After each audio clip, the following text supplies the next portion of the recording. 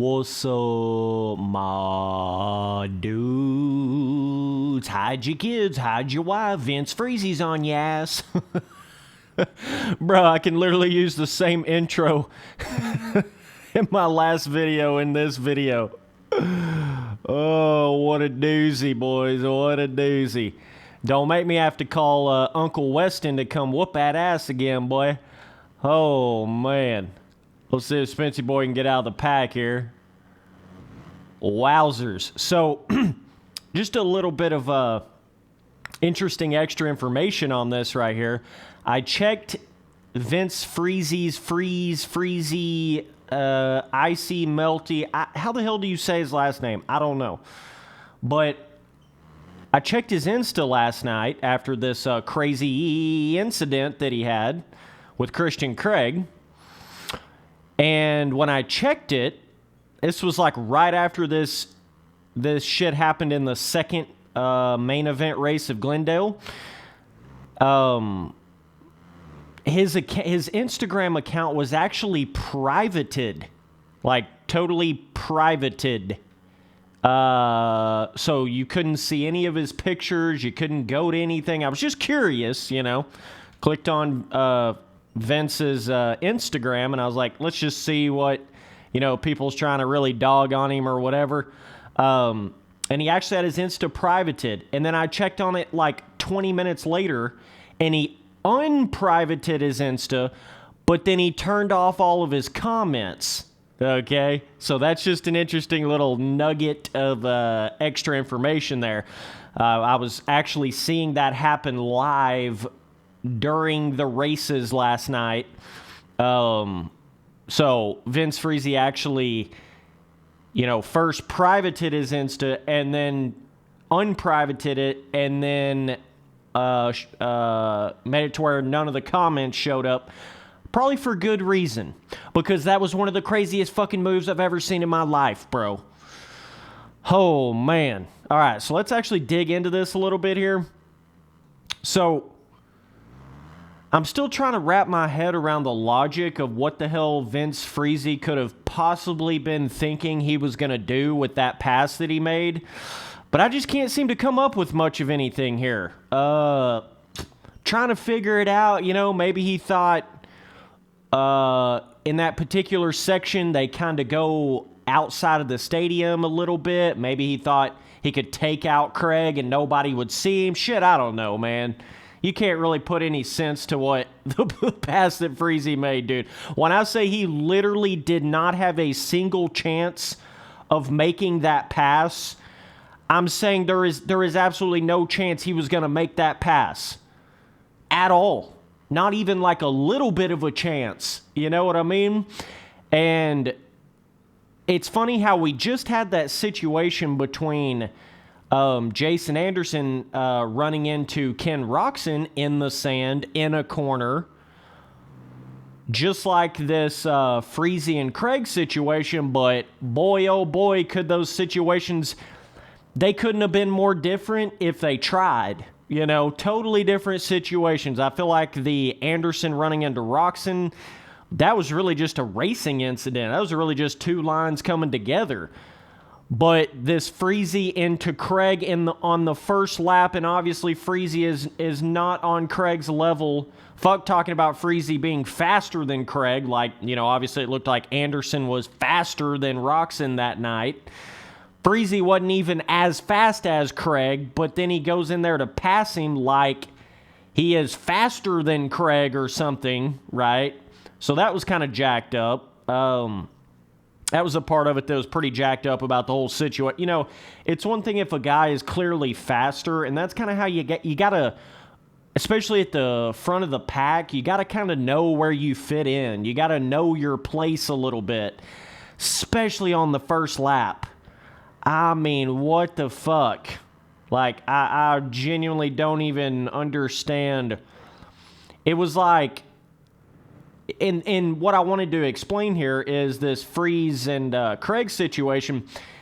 It wasn't like it wasn't like their lines just came together like the Anderson and Roxon situation. It was literally like Friese just tried to take over Craig's line in the sand, instead of Friese going up the inside like you're technically kind of supposed to in that section. It was more like Friese just held it wide open and went through that tiny little slip between the inside sand area and the outside of the sand. He went right between that little spot right there, almost like cutting in between a split lane, which was a little bit weird. It's kind of like Friese sort of exploited that section right there a little bit, but good God almighty, man, you got to know better than that. I mean, what the hell? And you guys know I've always been a firm believer of, I don't think AMA should do anything, no matter how aggressive of a pass a person makes on somebody. And the reason why I say that, as far as like, I don't think AMA should, black flag for just an aggressive pass or go in there and try to dock positions or suspend, even though I know a lot of you guys are going to wish that Friese got something for this. The reason why I don't want that, the precise reason why I don't want that, is because you start to open up this Pandora's box in the sense of then you're going to get where, like, the pass that Anderson made on Roczen, you're going to get false positives in the sense of then it's going to start where AMA might, dock positions or give penalties to dudes like Anderson for making the pass like he did on Roczen, because it was kind of similar to the Friese-Craig situation, but it's really not. If you know Supercross and you know how this shit goes down, they're really not that similar, but I could see AMA getting a little confused, you know what I'm saying? And, they may go in there and give penalties to dudes like Friese that deserve it, but then you would also open up that opportunity, that Pandora's box. You'd go down that rabbit hole of then there's no telling what situations AMA would, all right, big dog thinking he's a big dog outside. Okay. You would have dudes, like that Anderson Roczen situation, and then Anderson might get a penalty for that. That's specifically why I don't want AMA to dock or suspend or do anything for just simply too aggressive of riding. No matter how aggressive that is, I think it's better that you treat that more like it's just the Wild West, so that you don't have situations like, Anderson and Roczen situation that really wasn't too aggressive. It was just two lines coming together. But you see how those lines can get blurred, and no pun intended, and then AMA can kind of get confused at what they're doing. Do you see my point?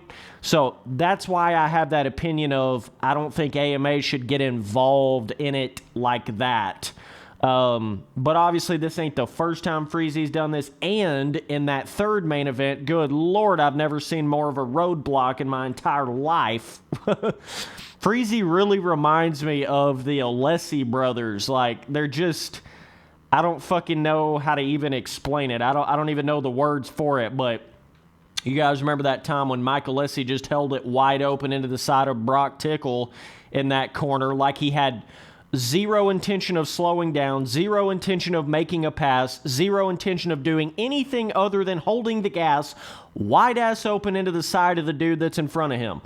Kind of like this Friese into Craig situation. It didn't seem like he had any intention on actually making a pass or actually, staying up on his own bike or like anything. It's like you can't even figure out what the hell the intention even was. It's like, what the hell did you think was going to happen in that situation, Friese? Like, seriously, bro. I mean, what in tarnations? That, I don't even know if I would call that aggressive. That was like on another level than aggressive. That was just like stupendous. That's about the only way I can explain that. And that's the difference, right? It's like, it's one of those situations where if you're obviously a slower rider and you're behind somebody, especially on the first lap, you cannot make that stupid of a move on the first lap. You just can't do it. Like, that is like some of the worst racing etiquette I have ever seen in my life. That's even way worse than the Barsha takeout on Anderson in that first round, I think it was, or whatever the hell that was. This was way worse than that. This was just like, come on now, bro. I don't know of a single person that would have thought that what Friese did was like acceptable or decent or just racing or whatever. I don't know of a single person that would have thought that. You know what I mean? Whereas like in the Barsha's situation, I could see some people kind of thinking down that road, you know, but this situation, I just don't see how you could think that at all, bro. Like literally at all. So nonetheless, I mean, I don't think AMA gave Friese any kind of penalty to this. Definitely let me know down in the comments what you guys think. Go follow me up on all my social media stuff, Instagram, Twitter, all that shit. Just Spencer Turley, no spaces and no capital letters. Boy, oh boy, we got some drama. It's as if Christian Craig just cannot get away from the craziness for some reason. And the fact that he can come all the way back to a, what was that, a third place in a 10-minute Triple Crown race, that should go to show you a little bit how this 2022 West Coast is not really that deep. If a guy can get totally blown out on the first lap, there you go, Friese. If he can get totally blown out on the first lap and then come all the way back to a podium in a race that's not even as long as a normal main event, that should go to show you a little something about how there's not that many good guys in the 250 West Coast this year. You see what I'm saying? There's just not that many dudes. But anyways, yeah, this was way over the line. I mean, it's one of those things. It's like Friese was going in there like it was the last corner for the championship or something. You know what I mean? And it was the first lap of one of the Triple Crown main events, and he just cuts through this little area, cuts the whole corner off, and basically just runs into the back of Craig. I mean, he wasn't even close enough to making a pass to where he really ran into the side of Craig. He basically just gassed it into the back of Craig. That was so weird, dude. Like, it's like, bro, at least, you know, have 1% of a chance of making the pass before you try to make the pass. I can't even describe how idiotic that was because there was just no chance of it. There was zero chance of Friese making that pass. No matter how he hit Craig or how he came around that corner, they were both going to go down. Like, there was absolutely no question about that. You know? It's like, and it was the first lap, and Friese is obviously not even on Craig's level at all. And then Craig kind of gave him that little bit of a payback when he came back through, but not too much. It would have been hard for me not to have blown Friese into another dimension. You know, we're going to have to bring out Weston Peick out of the woodworks, dude. Now you totally understand where Weston Peick was coming from back in that beat-up race that they had. Man, oh, man. But, you know, Friese apparently still hasn't learned. Motherfucker literally got punched in the back of the neck after doing this in a previous Supercross race. Literally got in a fist fight, beat up in a Supercross race, and he still didn't learn. And he's still doing the same shit. Some people in this world, I swear, it's like they just...